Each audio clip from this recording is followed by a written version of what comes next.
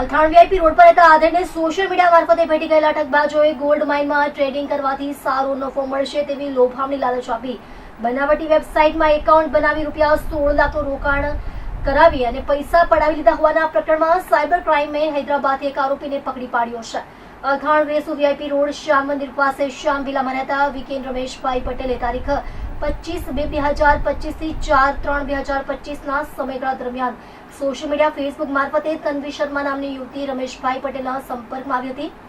ત્યારબાદ તેમણે રમેશભાઈ સાથે વાતો કરી ઓનલાઈન ગોલ્ડ માઇનમાં ટ્રેડિંગ કરવાથી સારો નફો મળશે તેવી લોભામણી વાતો કરી તેમને વિશ્વાસમાં લીધા હતા. ત્યારબાદ તેઓને વોટ્સએપ પર બોગસ તથા બનાવટી વેબસાઇટની લિંક મોકલી તેમાં રજીસ્ટ્રેશન કરાવ્યું હતું, જેમાં રમેશભાઈએ પોતાનું એકાઉન્ટ બનાવ્યા બાદ DSGC નામની એપ્લિકેશન ડાઉનલોડ કરાવી તેમાં લોગિન કરાવી ઇન્વેસ્ટમેન્ટના રૂપિયા ટ્રાન્સફર કરવા માટે વેબસાઇટના એબાઉટ યોજના ઓપ્શનમાં ઓનલાઈન કસ્ટમર સપોર્ટમાંથી આપવામાં આવેલ અલગ અલગ 2 બેંક એકાઉન્ટમાં જમા, જેમાં IDFC બેંકમાં 1 લાખ અને એક ICICI બેંકમાં રૂપિયા 15 લાખ મળી કુલ રૂપિયા 16 લાખ ટ્રાન્સફર કરાવી દીધા હતા. જોકે ત્યારબાદ રમેશભાઈ પૈસા ઉપાડવાની કોશિશ કરતા તન્વી શર્માએ તેમને પૈસા ઉપાડવા નહીં દઈ અલગ અલગ ચાર્જ પેટે વધુ રૂપિયાની માંગણી કરી હતી.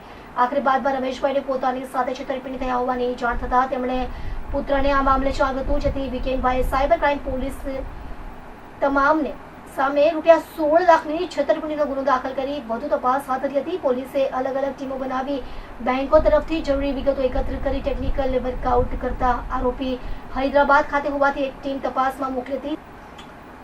સાયબર ક્રાઇમની એક ટીમ ત્યાં પહોંચીને 46 વર્ષીય જીવન રશ્મિ કૃષ્ણચંદ્ર રાઉત, અભ્યાસ MBA, ધંધો બાંધકામ, રહે block number B1 G2 ground floor, Hallmark Tranquil apartment, Neknampur, Narsingi, Rangareddy, Hyderabad, Telangana 500089, મૂળ રહે ગામ બ્રહ્મપુર, થાના કોનીસી, જિલ્લો ગંજામ, ઓડિશા નાને પકડી પાડ્યો હતો. પોલીસે તપાસ કરતા જીવન રશ્મિના ICICI ખાતામાં રમેશભાઈ રૂપિયા 15 લાખ ટ્રાન્સફર કર્યા હતા. જીવન રશ્મિએ પોતાનું કરંટ બેંક એકાઉન્ટ કમિશન લઈને આસપાસ આરોપીને આપ્યા હોવાની હકીકત સામે આવી હતી.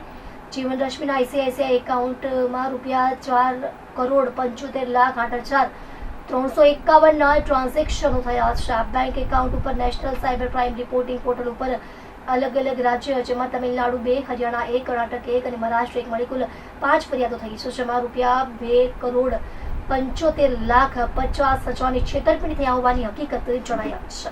માઇનિંગમાં ટ્રેડિંગ કરવાથી વધારે નફો મળશે એવી લાલચ આપીને ફરિયાદી સાથે ચીટિંગ કરવામાં આવી હતી. જે મામલાની ફરિયાદ સાયબર સેલ સુરત શહેર ખાતે નોંધવામાં આવેલ હતી, જેમાં 16 લાખની ટોટલ ફ્રોડ ફરિયાદી સાથે થઈ હતી.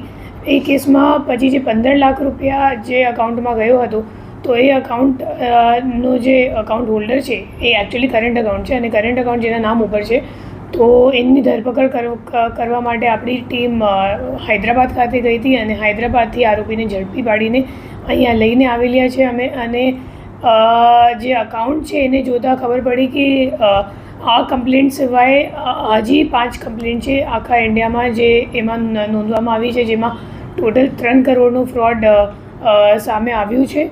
અને જે આરોપી છે એ છેલ્લા 2017થી આ અકાઉન્ટ એ વાપરે છે અને પોતે બાંધકામનું કામ કરે છે, કોન્ટ્રાક્ટ લે છે બાંધકામ માટે. અને અત્યારે એમને કામ મળતો નહોતું, તો ત્યારે ફાઇનાન્શિયલ સર્વિસીસ અને ક્રાઇમમાં લાગી ગયું હતું. અને હવે આ દિશામાં તપાસ ચાલુ છે કે આરોપી જેને કરંટ અકાઉન્ટ આપ્યું હતું ટ્રાન્ઝેક્શન કરવા માટે, તો એ માણસને પકડવા માટે અત્યારે અમારી તપાસ ચાલુ છે. એમ તો લેયર 1માં 2 જ અકાઉન્ટ હતા. એક તો આ કરંટ અકાઉન્ટ જેમાં 15 લાખ રૂપિયા ગયા હતા અને બીજું અકાઉન્ટ છે જેમાં 1 લાખ રૂપિયા ગયા. હવે આખી કડી ખુલશે જ્યારે પૂછપરછ કરી અને એમની ફોન ઉપર અત્યારે અમે લોકો ઘણી બધી માહિતી મેળવી લીધી છે, તો એના ઉપર હવે તપાસ આગળ ચાલુ રાખવામાં આવશે. આરોપીને ક્યાંથી પકડવામાં આવ્યો છે? હૈદરાબાદ સાયબરાબાદ પોલીસ કમિશનરેટ એરિયાથી, અને એમના ઘર ઉપરથી આપણે ધરપકડ કરી છે એમની. એકચ્યુઅલી મૂળ તો ઓડિશાનો વતની છે અને લાંબા સમયથી હૈદરાબાદ રહે છે અને એમનું મેઇન કામ બાંધકામનું છે, પણ છેલ્લા 2-3 વર્ષથી એમને કંઈક કોન્ટ્રાક્ટ મળતું નહોતું, તો પછી આ દિશામાં આવી ગયું છે. એમના ટેલિગ્રામ અને વોટ્સએપ ચેટ ઉપર ઘણું બધું USDT ટ્રાન્ઝેક્શન્સ અને દુબઈનું ટ્રાન્ઝેક્શન્સ એવી રીતનું ઘણું બધી ચાર્ટ અમે લોકોને મળ્યું છે. તો આ દિશામાં આપણું તપાસ ચાલુ છે.